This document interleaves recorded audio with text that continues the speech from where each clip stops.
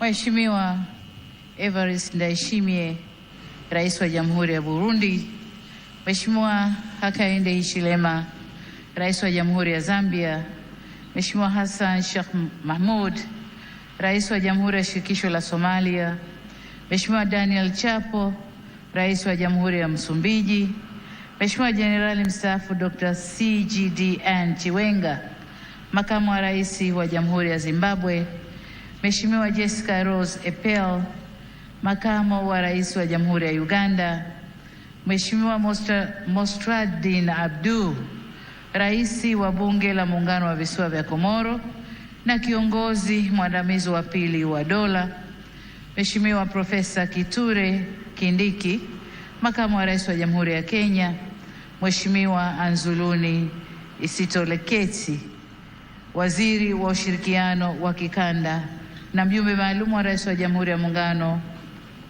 Rais wa Jamhuri ya Kidemokrasia ya Kongo, Mheshimiwa Dr. Emmanuel John Nchimbi, Makamu wa Rais wa Jamhuri ya Muungano wa Tanzania, Mheshimiwa Dr. Hussein Ali Mwinyi, Rais wa Zanzibar na Mwenyekiti wa Baraza la Mapinduzi, Mheshimiwa Dr. Jakaya Kikwete, Rais mstaafu wa Jamhuri ya Muungano wa Tanzania, waheshimiwa makamu wa rais wastaafu, waheshimiwa marais wastaafu wa Zanzibar, mawaziri wakuu wastaafu, Jaji Mkuu wa Mahakama ya Tanzania, Jaji Mkuu wa Zanzibar, wakuu wa vyombo vya ulinzi na usalama, viongozi wote kutoka Tanzania, mwenyekiti wa Tume Huru ya Taifa ya Uchaguzi, viongozi wa vyama rafiki Frelimo na CNDD-FDD na vyama vya siasa vya hapa nchini, waheshimiwa mabalozi, wakuu wa taasisi na mashirika ya kimataifa na wakilishi wa nchi mbalimbali,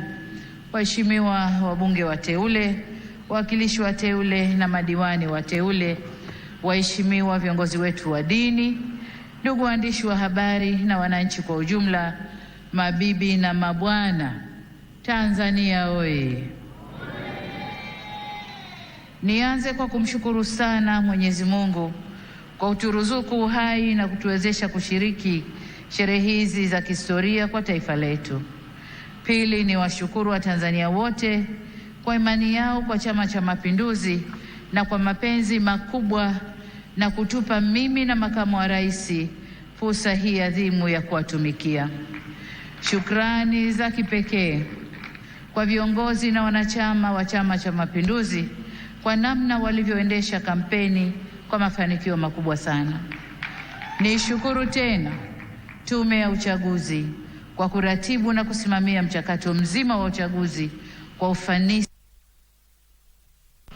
Ndugu viongozi na ndugu wananchi, katika uchaguzi huu tulikuwa wagombea 17 kutoka vyama mbalimbali vya siasa nchini tukiwania nafasi ya urais wa Jamhuri ya Muungano wa Tanzania. Napenda kuwashukuru sana wenzangu 16 ambao kwa hakika wameonyesha ukomavu wa kidemokrasia kwa kuendesha kampeni ambazo tulishindana kwa hoja na sote tulionyesha kuwa siasa sio vita. Tumemaliza vyema uchaguzi na kumpongeza aliyeshinda. Aidha, nitumie fursa hii pia kumpongeza sana Rais wa Zanzibar na Mwenyekiti wa Baraza la Mapinduzi, Mheshimiwa Dr. Hussein Mwinyi na vyama vya siasa vilivyoshiriki uchaguzi Zanzibar kwa kumaliza uchaguzi kwa salama na amani. Zanzibar oye! Pongezi zangu pia ziwaendee wote walioshinda kwenye nafasi za ubunge, ujumbe wa Baraza la Wawakilishi na udiwani kote nchini. Kwa wote niwaambie, uchaguzi umekwisha. Sasa baada ya kuwapa, tukafanye kazi ya kulijenga taifa letu na kujenga utu wa Mtanzania. Waheshimiwa marais, viongozi, ndugu wananchi, shughuli inakuwa nzuri na ya kufurahisha ikihudhuriwa na ndugu zako wanaokupenda. Tanzania leo imejawa na furaha kubwa kuona baadhi ya waheshimiwa marais wenzangu na viongozi mbalimbali wa nchi jirani na nchi marafiki wamejumuika nasi katika tukio hili. Pamoja na kwamba tulitoa mwaliko kwa muda mfupi, Kwa wale walioshindwa kushiriki, tunatambua uzito wa majukumu yao na tunajua mioyo yao ipo pamoja nasi. Tunashukuru pia wote waliotuma salamu za pongezi kwetu. Tunasema asanteni sana. Ndugu wananchi, uchaguzi ni fursa kwa wananchi kueleza matakwa yao ya aina ya viongozi wanaodhani wataweza kuwatumikia vyema na kuwaletea maendeleo endelevu. Kipindi cha kampeni tuligawika kiitikadi na kishabiki kama taifa, ila baada ya uchaguzi kufanyika, anayechaguliwa na wengi huwa ndio chaguo la nchi na anapaswa kuwa mtumishi wa wananchi wote waliomchagua na waliochagua wagombea wengine na hata ambao hawakushiriki uchaguzi. Kwa sisi tuliochaguliwa, ahadi yetu kwenu wananchi ni kulitumikia taifa hili kwa nguvu zetu zote, vipawa vyetu vyote na maarifa yetu yote. Ndugu zangu wa Tanzania, ni vyema tutambue kwa uchaguzi mkuu wa viongozi wa serikali ni mchakato wa msimu mmoja tu ndani ya kipindi cha miaka mitano. Muda mwingine wote maisha lazima yaendelee. Hivyo basi jukumu letu sote kwa pamoja ni kujenga nchi yetu na kuifanya kesho yetu iwe bora zaidi kuliko jana yetu.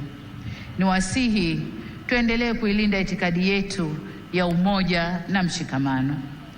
Ndugu zangu, wote tunaitakia mema nchi hii, tumesikitishwa na kuhuzunishwa na matukio ya uvunjifu wa amani, upotevu wa maisha na uharibifu wa mali za umma na mali za watu binafsi kwenye baadhi ya maeneo hapa nchini, hasa kwenye majiji na miji. Kilichotokea hakiendani na taswira na sifa za Kitanzania na sio Utanzania. Haikutushangaza kuona kuwa baadhi ya vijana waliokamatwa kutokana na kadhia hiyo wametoka nje ya Tanzania. Vyombo vyetu vya ulinzi na usalama vinaendelea kufuatilia na kuchunguza kwa undani zaidi kilichotokea na kuirudisha nchi katika hali tuliyoizoea kwa haraka. Kamati ya ulinzi ya kitaifa na kamati za ulinzi za mikoa na wilaya, na wataka muhakikishe kuanzia leo maisha ya wananchi yanarejea mara moja.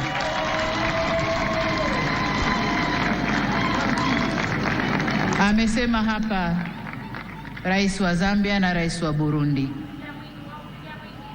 Machafuko ndani ya nchi si mema, hayana bei, hayana thamani na si faida kwa yoyote yule. Kwa hiyo ndugu zangu, niwaombe sana tuzingatie umoja, amani na utulivu wa nchi yetu.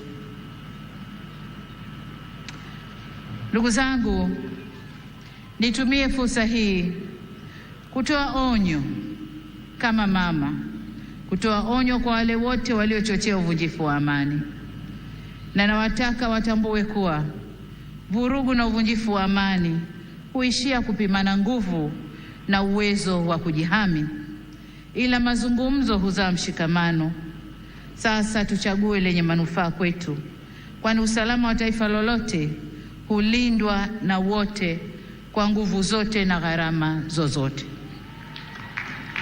Ndugu viongozi na ndugu wananchi, kama kawaida kwa nchi zenye mfumo wa kidemokrasia hualika waangalizi wa uchaguzi kutoka jumuiya za kimataifa na kikanda kuja kushuhudia mchakato wa uchaguzi. Uwepo wao huongeza uhalali wa juhudi zetu za kuhakikisha uchaguzi unafanyika kwenye mazingira ya uwazi, haki, heshima na utawala wa sheria. Kwa muktadha huu, tunazishukuru jumuiya zote zilizoleta waangalizi wa uchaguzi. Kutoka Afrika, tulikuwa na waangalizi kutoka Umoja wa Afrika AU, Jumuiya ya Nchi za Maziwa Makuu ICGLR, Jumuiya ya Maendeleo ya Kusini mwa Afrika SADC na Jumuiya ya Afrika Mashariki EAC. Pamoja na hao, tulikuwa na wengine kutoka maeneo mbalimbali ulimwenguni. Makundi yote ya waangalizi yameshatoa taarifa za awali na tunawashukuru kwa kuwa nasi, na kwa heshima kubwa tumepokea maoni yao. Hata hivyo, kama alivyowahi kusema Rais wa awamu ya 3 ya Jamhuri ya Muungano wa Tanzania hayati Benjamin William Mkapa mwaka 2000 wakati akiapishwa kuwa rais, na hapa nanukuu kipande tu cha hotuba hiyo kinachosema: nawashukuru watazamaji wa kimataifa kuja kushuhudia uchaguzi wetu ulivyofanyika. Walipotusifu tumepokea sifa hizo kwa unyenyekevu mkubwa. Tumesikia pia waliodhani hayakwenda sawa, na mengine hata sisi wenyewe tumeyaona. Maagizo ya kutuelekeza nini cha kufanya tumeyakataa. Ushauri wao tutauzingatia ili tufanye vizuri zaidi siku zijazo. Mwisho wa kunukuu.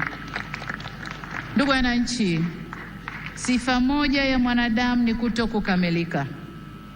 Aliyekamilika kabisa kabisa bila kasoro yoyote ni Mwenyezi Mungu peke yake. Ndiyo maana katika shughuli au harakati za wanadamu tunaunganishwa na mawasiliano, mazungumzo na maelewano, au kwa maneno mengine tunaunganishwa na uwepo wa suluhu. Suluhu yenyewe sio suluhu mimi, lakini hata suluhu mimi nitafanya kazi yangu ya kuunganisha taifa. Kwa hiyo tunaunganishwa na uwepo wa suluhu ya mambo katika jamii zetu. Kama mnavyofahamu, katika kuliunganisha taifa, serikali ya awamu ya 6 tulianza na falsafa ya R4 inayosimamia misingi ya kuzungumza na kuelewana, kuvumiliana, kubadilishana au kubadilisha mwelekeo baada ya maelewano na kuendelea kujenga taifa letu.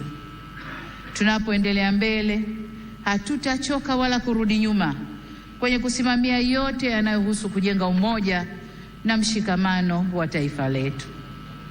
Ndugu wa Tanzania, mkusanyiko wetu leo hapa sio kwa ajili ya kuwazawadia walioshinda kwenye uchaguzi, la hasha, bali ni matakwa ya kikatiba ya kukabidhiwa dhamana ya kuwa mtumishi mkuu wa taifa katika kuleta maendeleo endelevu kwa maana ya uimara wa kiuchumi, kisiasa, kidiplomasia na kijamii. Ili tuweze kuyatimiza hayo, hatuna budi kuhakikisha tunahimizana umoja na upendo kwa nchi yetu. Tunadumisha amani na kuheshimu sheria za nchi. Kinyume cha hayo, maandamano, vurugu, uvunjifu wa amani husababisha maumivu na havileti manufaa wala faida kwa yoyote yule. Ni wasihi wa Tanzania tuchague hekima badala ya ghadhabu, busara badala ya mihemuko, upendo badala ya chuki, uvumilivu badala ya vinyongo, umoja badala ya mgawanyiko, na amani badala ya vurugu. Lakini vile vile ni wajibu wetu kuchagua unyenyekevu badala ya kiburi na huruma badala ya hasira. Taifa letu ni moja na lina nguvu zaidi kuliko mtu yoyote yule. Demokrasia haipimwi kwa nani kashinda uchaguzi, bali kwa jinsi tunavyoendesha mambo yetu baada ya uchaguzi. Tutakuwa na nguvu zaidi pale kila sauti chanya au hasi zitakaposikilizwa, kuheshimiwa na kuthaminiwa, na vile vile tunapoweza kuponya wenye maumivu. Hii si kazi ya upande mmoja wa serikali peke yake, bali ni kwa kila jumuiya za wananchi, vyama vya siasa, dini zetu na kila mwananchi. Na hapa nitumie fursa hii kuwashukuru kwa dhati ya moyo wangu viongozi wa dini waliohimiza amani na upendo katika kipindi chote cha kabla uchaguzi, wakati wa uchaguzi na sasa baada ya uchaguzi, wanavyoendelea kuhimiza amani na upendo. Ndugu zangu, nimeamua kutumia jukwaa hili leo kushukuru na kupongeza kwa kumaliza uchaguzi kuhimiza umoja na mshikamano wa kitaifa na kusisitiza kwamba Jamhuri ya Muungano wa Tanzania kama taifa ni muhimu zaidi kuliko matakwa binafsi ya mtu yoyote. Masuala ya mwelekeo wa kazi za serikali kwa miaka 5 ijayo na ufafanuzi wa kina wa hatua zitakazochukuliwa kutekeleza dhana ya kazi na utu utatolewa katika hotuba ya uzinduzi wa Bunge la 13 la Jamhuri ya Muungano wa Tanzania. Baada ya kusema hayo, niwashukuru wote kwa kujumuika nasi kwenye tukio hili muhimu na la kihistoria. Nimepokea pongezi kwa heshima kubwa, na sasa safari ya kuwatumikia Watanzania kwa kipindi cha pili cha awamu ya 6 inaanza rasmi. Nawashukuru wananchi wote wa Tanzania, na ni imani yangu kwamba tutashirikiana ndani ya safari hii. Asanteni sana kwa kunisikiliza. Mungu ibariki Afrika. Mungu ibariki Tanzania. Amen, amen, amen. Asante sana Mheshimiwa Rais wa Jamhuri ya Muungano wa Tanzania. Naomba niwaalike viongozi wote na wananchi tupunge bendera juu, tumpongeze Mheshimiwa Rais kwa hotuba nzuri kabisa. Pigeni vigelegele, Watanzania wasikie, dunia isikie.